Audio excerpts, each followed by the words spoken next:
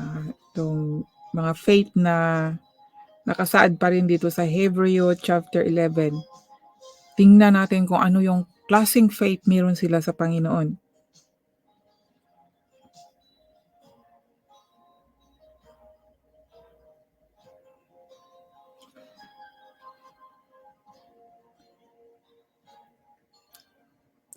At kung ang ating faith ay kagaya ba nila. Chapter 11 verse 1 to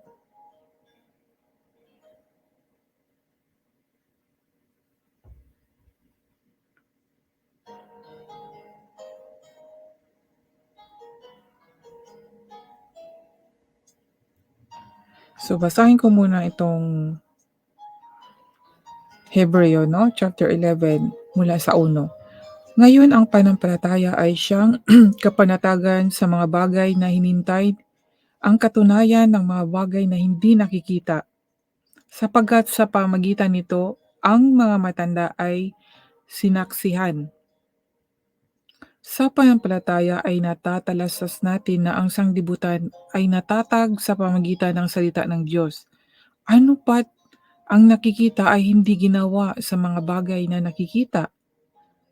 Sa pananampalataya ni Abel ay naghandog sa Diyos ng lalong mabuting hain kaysa kay Cain.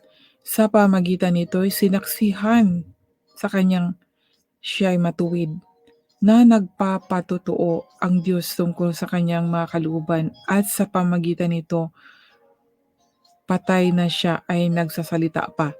Ito mga kaibigan, isa sa halimbawa ng pananampalataya ni Abel. Ang ginawa niya, naghandog po siya ng mabuti, malinis na offering. Naghahandog siya ng the best sa Panginoon dahil po sa kanyang pananampalataya sa Diyos. Tayo mga kaibigan, itong halimbawa na ito sa pananampalataya ni Abel, parehas ba tayo? Ang ating bang faith tungkol po sa paghahandog, ang ating bang paghahandog ay malinis din po ba?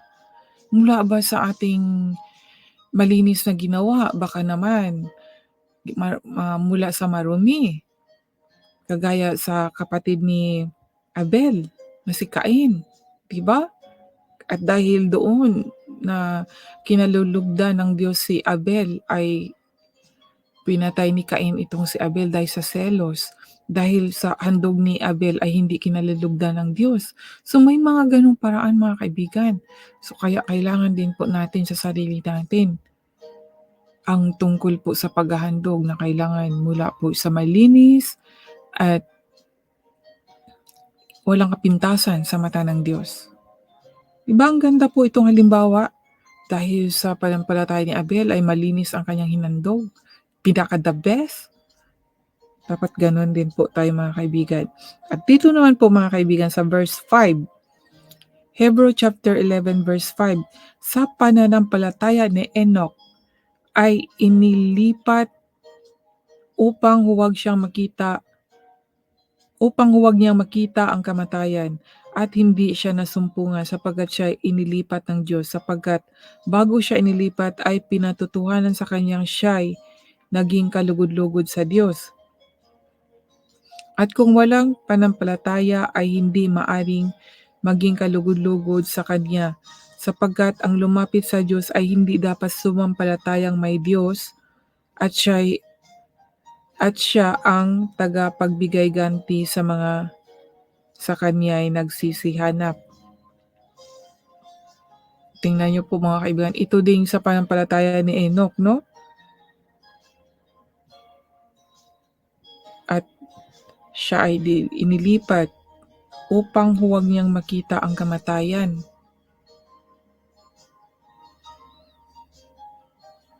At dito naman sa pananampalataya ni Noe.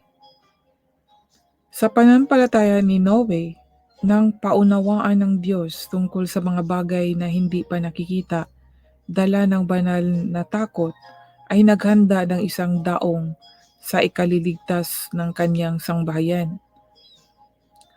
Na sa pamagitan nito ay hinatulan niya ang sanglibutan at naging tagapagmana ng katuwiran na ayon sa pananampalataya.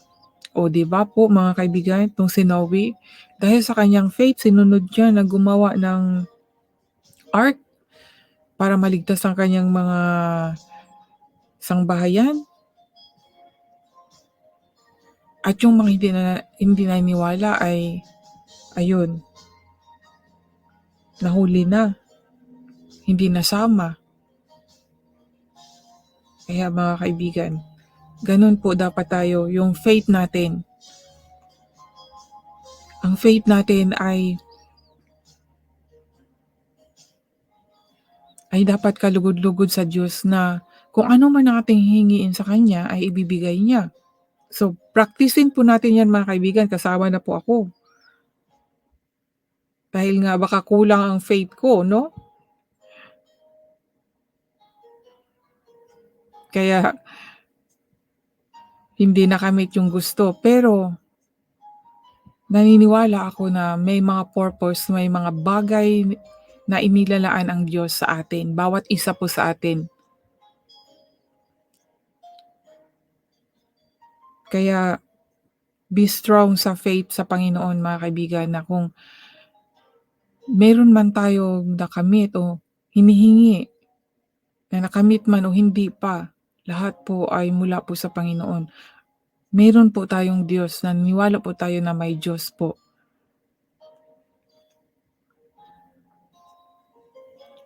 Verse 8, sa pananampalataya, si Abraham, nang tawagin ay tumalima upang pumaroon sa isang dakong kanyang tatanggaping mana at siya'y yumaon na di nalalaman kung saan siya paparoon. Di ba po, si Abraham, tinawag po siya, pero tingnan niyo po, siya po ang father of all nation. Sa pananampalataya, siya ay naging mangaglalakbay sa lupang pangako na gaya sa hindi niya sariling lupa at tumahan sa mga tolda na kasama si Isaac at si Jacob na mga tagapagmana ng isang pangako na kasama niya. Sapagkat inasahan niya ang bayang may mga kinasasaligan na ang nagtayo at gumawa ay ang Diyos. Yan po mga kaibigan, ano? Ang gumawa ay ang Diyos lang po talaga. Kung naniwala po tayo na may Diyos, ako naniwala po ako na may Diyos. Pag wala po ang Diyos sa buhay ko ay wala po ako. At dito po sa verse 11 mga kaibigan, sa pananampalataya, si Sarah rin ay tumanggap ng lakas upang ipaglihi ang binhi ng lipas na ang kanyang gulang. Sa palibhasa ay inari niyang tapat ang nangako. Di po ba? Pangako ng Diyos na yun, bibigyan. Kaya napaka-amaze po talaga ng Diyos, no? Napaka-amazing.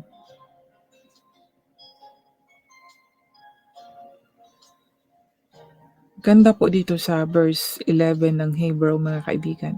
Tungkol po sa faith ang mga sinasabi dito. Kaya kayo din po,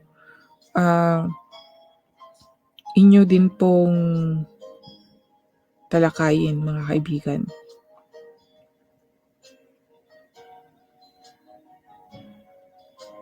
(17 to 31).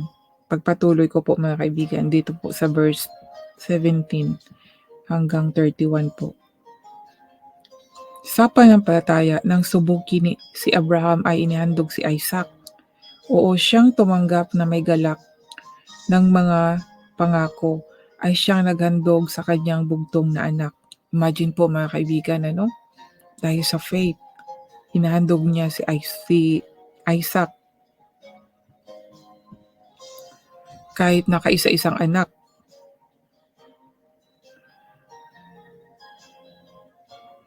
Sa makatuwid bagay yaong pinagsabihan kay Isaac ay tatawagin ang iyong binhi, na inisip na maging sa gitna ng mga patay ay maaaring buhayin siyang mag-uli ng Diyos. Mula diyan din naman ay muli siyang tinanggap sa isang halimbawa.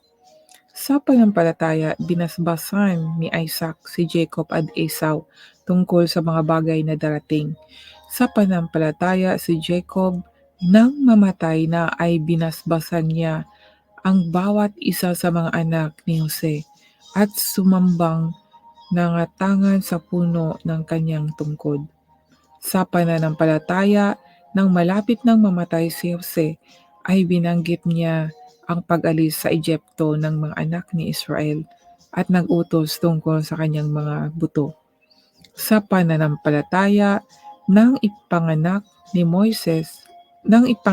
si Moises ay itinagong 3 buwan ng kanyang mga magulang sapagkat kanilang nakita maganda ang bata at hindi sila natakot sa utos ng hari.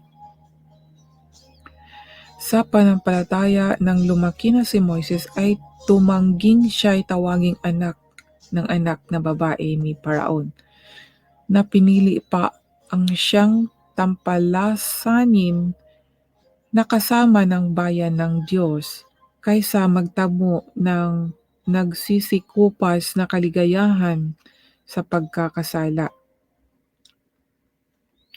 Nang nainaring malaking kayamanan ang kadustaan ni Kristo kaysa mga kayamanan sa Egypto, sapagkat ang kanyang tinitigan ay ang gantimpalang kabayaran. Sa pananampalataya, iniwan niya ang Egypto na hindi natakot sa puot ng hari, sapagkat nagtitiyagang tulad na nakakita niyaong di nakikita. Sa pananampalataya, itinatag niya ang Paskwa at ang pagwiwisik ng dugo upang ang maglilipol sa mga panganay ay huwag silang lipulin. Sa pananampalataya, nagsipagdaan sila sa gitna ng dagat na mapula na gaya ng malupang tuyo, na nang subuking gawin ito ng mga taga-Egypto ay pawang nangaluhod.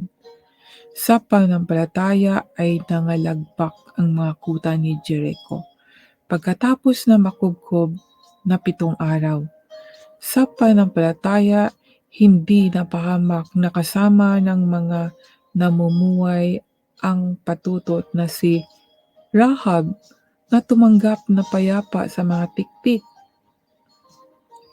At ano pa ang aking sasabihin? Sapagkat kukulangin ako ng panahon kung sasaysayin ko ang tungkol kay Gideon, kay Barak, kay Samson, kay Jephthah, tungkol kay David at kay Samuel at sa mga propeta, na ang mga ito sa pamagitan ng pananampalataya nagsilupig ng mga kaharian, nagsigawa ng katuwiran, nangagtamo ng mga pangako, nangagtikom ng mga bibig ng mga leon, nagsipatay ng bisa ng apoy, nangakatanan ng talim ng tabak, nagsilakas sa kahinaan, naging mga makapangyarihan sa pakikipagbaka, nangagpaurong ng mga hukbong taga-ibang lupa.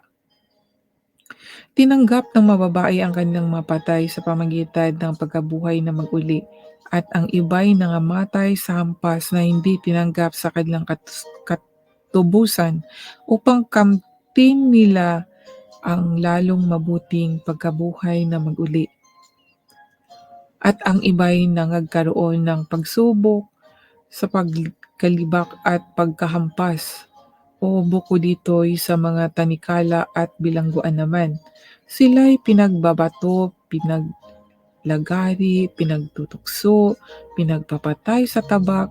Sila'y nagsilakad sa naparuot parito na may balat ng mga tupat kambing, na mga salat, nangagpipighati, tinatampalasan,